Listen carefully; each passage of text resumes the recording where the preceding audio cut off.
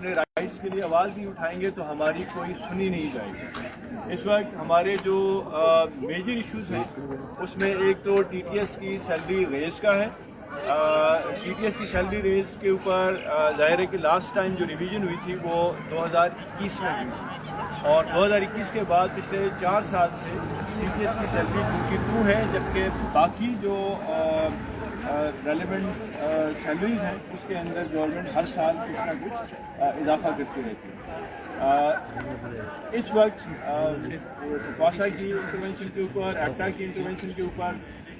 Government نے اس چیز کو تھوڑا سا ٹیک اپ کیا۔ ساتھ میں ایک کورٹ کیس تھا جو ایپٹا نے کیا ہوا تھا، اس کورٹ کے آرڈر کی روشنی میں ایچ ای سی نے سیلری ڈویژن کا ہمیں پہلے پتہ چلا کہ ایچ ای سی نے کوئی سمری اپروو کی تھی، اور جب ہم ان سے پتہ کرتے تھے تو وہ کوئی اس کے بارے میں انفارمیشن لیک کرنے کے لیے تیار نہیں تھے، کوئی چیز بتانے کے لیے تیار نہیں تھے۔ الٹیمیٹلی ایسوسیشن کا اپنا ایک طریقہ کار ہوتا ہے کام کرنے کا، اس سمری کے جو ڈیٹیلس تھی وہ ہمیں پتہ چلی، اور وہ جو ڈیٹیلس تھی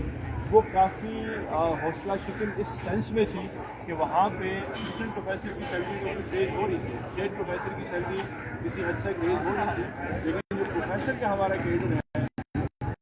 وہ ریز نہ ہونے کے برابر مینس کہ اس میں جسٹ ایک انکریمنٹ کا فرق پڑتا تھا جو سیلری ریز کے بعد۔ اور ظاہر ہے کہ جتنے بھی اس وقت ٹی ٹی ایس کی سچویشن ہے، اسسٹنٹ پروفیسر پہ تو بہت تھوڑے سے لوگ رہ گئے ہیں، اور وہ بھی اس اسٹیج کے اوپر ہیں جہاں پہ انہوں نے ایسوسیٹ پروفیسر کیا۔ میجورٹی نے پروفیسر کے کیڈر میں جانا ہے اور لمبا ٹائم پروفیسر کے کیڈر میں جانا ہے۔ ساتھ ہی ساتھ جو سیلری ریز اسسٹنٹ پروفیسر کے طور پہ بھی تھا اور ایسوسیٹ پروفیسر کے طور پہ بھی تھا، وہ بھی بہت نامنل تھا ایز کمپیئر ٹو جو 4 سال کے بعد ریز کا ایک رائٹ بنتا ہے۔ خیر اس کے اوپر فوپاسا نے پروٹیسٹ کی کال دی۔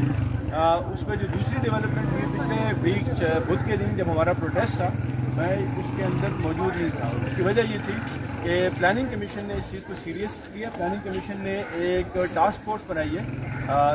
ہائر ایجوکیشن کے اندر جو سیلری ڈویژن ہے اس کے اوپر، اور اس ٹاسک فورس کی انہوں نے 1 دن کے نوٹس پہ میٹنگ کال کی۔ 30 دسمبر کو انہوں نے میٹنگ کال کی 31 دسمبر کے لیے، اور وہاں پہ ایچ ای سی کو بھی بلایا تھا، ٹاسک فورس کے باقی ممبر بھی تھے،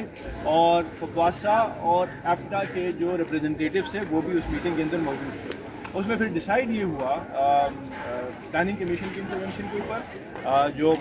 منسٹر ہیں احسن اقبال صاحب، ان کی انٹرونشن کے اوپر کہ ایچ ای سی اس سمری کو واپس لے گی، اور اس کے بعد ایک کمیٹی بنے گی جس میں اسٹیک ہولڈرز بھی ہوں گے، دیٹ مینس کہ ایپٹا کے ریپرزنٹیٹیو اور فوپاسا کے ریپرزنٹیٹیوز ہوں گے،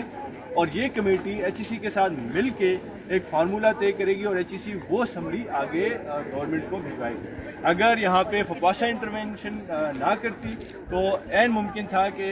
اس ویک میں وہ سمری ہی کیبنٹ سے اپروو کروا دی جاتی، اور یہ ایک پرماننٹ لاس ہوتا، پرماننٹ ڈیمیج ہوتا فیکلٹی کا۔ اس کے ساتھ ساتھ جو بی پی ایس کی پروموشن پالیسی ہے، ابھی ڈاکٹر صاحب نے بھی ذکر کیا کہ آپ نے یہاں پہ او جی کا نہیں لکھا، اور اس کی وجہ یہ ہے کہ ہم وہ تمام کرائیٹیریا ایچ ای سی کا اڈاپٹ کرتے ہیں جو بی پی ایس کے لیے وہ مینشن کرتے ہیں۔ جو سب سے بڑا ایشو ہے وہ یہ ہے کہ ہر دفعہ جب بھی او جی کی ریکروٹمنٹ ہوتی ہے یا بی پی ایس کے اوپر ریکروٹمنٹ ہوتی ہے، وہ اگینسٹ ایڈورٹیزمنٹ ہوتی ہے، یعنی کہ وہ فریش اپوائنٹمنٹ ہوتی ہے، اور اس کے اوپر جو انٹرنل کینڈیڈیٹس ہوتے ہیں ان کو جو ہمارے ایکسٹرنل جو باہر سے کینڈیڈیٹس ہوتے ہیں ان کے ساتھ کمپیٹ کر کے پھر آنا پڑتا ہے۔ تو ہماری